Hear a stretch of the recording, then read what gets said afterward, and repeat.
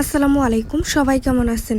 আজকে বিকালবেলা ছাদে রান্না করতে চলে আসলাম রাত্রের জন্য। আর আমরা রান্নাটা করি একবেলা, আর তারপরের দিন দুপুর অবধি খাওয়া হয়। আর বিকালবেলা এত সুন্দর বাতাস, এত গরমের মধ্যেও বাতাস, কিন্তু বাইরে প্রচণ্ড পরিমাণে ভালোই ঠান্ডা লাগে, গায়ে বাতাসগুলো লাগে, কিন্তু রুমের ভিতরে এতটা পরিমাণে গরম যা বলার বাইরে।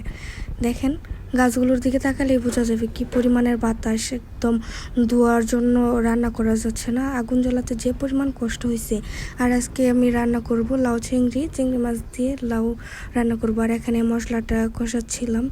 আর আমরা কি করি, আমার শাশুড়ি কখনো তো একটা জাল দিতে দেয় না লাউতে, আমার শ্বশুরও না, আমার শাশুড়িও না। তারা একদম কাঁচামরিচ এমনি ফালা করে কেটে তারপর লাউ রান্না করে। এখন যে যেভাবে খায়, আমি ঠিক সেভাবেই রান্না করি। অনেকগুলো কাঁচামরিচ ফালি করে দিয়ে দিই, কাঁচামরিচ দিয়ে বেশিরভাগ রান্না করা হয়। আর হালকা একটু তরকারিটা কালার আনার জন্য হালকা পরিমাণে গুঁড়ামরিচ ব্যবহার করা হয়। আর ওখানে লাউয়ের সিল্কাগুলো না ফালিয়ে আলু দিয়ে ভাজি করে ফেলবো, তাই ওখানে পোলে কেটে ধুয়ে নিয়ে আসছি। আর এই তো লাউগুলো কেটে ফেলেছি। আর আরেকটা কথা বলে আমার শাশুড়ি, যে লাউ কষানোর পর কাটতে আমি আগেই কেটে ফেলি, আমার ঝামেলা লাগে কেন জানি। কারণ এত কিছু টেনে এনে রান্না করা আমার একদমই ঝামেলার মনে হয়, তাই আমি আগেই কেটে ফেলে দিই, তাহলে নাকি তাড়াতাড়ি সিদ্ধ হয়ে যায়। এই তো কষাচ্ছি, তখন যদি লাউটা কাটা হয় তাহলে নাকি সিদ্ধ হয়ে যায়। আর আমি তো যখন রান্না করতে আসি তার আগে কেটে নিয়ে আসছি।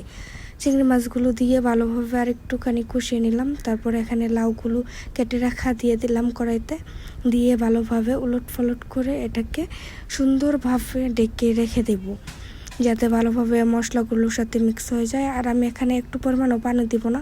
আর লাউতে প্রচুর পরিমাণে পানি ছাড়ে, যদি লাউটা ভালো হয় সিদ্ধ হয়ে যায়। কম পরিমাণে পানি লাগে লাউ রান্না করতে। আর কষানোর সময় আমি একদমই পানি ইউজ করি না। আর এখানে ঢাকনা দিয়ে সুন্দরভাবে ডেকে দেব। আর একটু পর পর 5-6 মিনিট ভালোভাবে এটাকে কষিয়ে নেব। আর হালকা যখন এটা থেকে লাউ থেকে পানি ছেড়ে একটু কমে আসবে, তখন, আর এটা সবাই বেশি সময় রান্না করতে পারে কষিয়ে, আমি 5-6 মিনিট ভালোভাবে কষিয়ে নিয়েছি। এখন এখানে দিয়ে দিলাম ঝোলের জন্য পানি। আর পানিটা অল্প পরিমাণে দিতে হবে, যেহেতু লাউ থেকে অনেক পরিমাণে পানি বের হবে, তখন ঝোলটা অনেকটা পরিমাণে হয়ে যাবে, তখন অনেক সময় জাল দিতে হবে, তরকারিটা তখন আর ভালো লাগবে না। তাই এখানে অল্প পরিমাণে পানি দিয়ে ভালোভাবে নাড়াচাড়া দিয়ে ডেকে নিলাম। আর এদিকে ধনিয়া পাতাগুলো গড়ে ছিল না, এখন দিয়ে গেল। তারপর আমি হাত দিয়েই কেটে ফেললাম, হাত দিয়ে মানে বেছে মুচুর দিয়ে ভেঙে তারপর এখানে ধুয়ে নিলাম, মাল সাথে পানি দিয়ে ভালোভাবে ধুয়ে নিলাম, গড়ে যাওয়া লাগলো না। তারপর যখন ঝোলটা কমে আসবে তখন দিয়ে দিলাম, যখন তরকারিটা হয়ে যাবে তার আগে দিয়ে দিলাম ঝোলটা কমে আসলে ধনিয়া পাতাগুলো।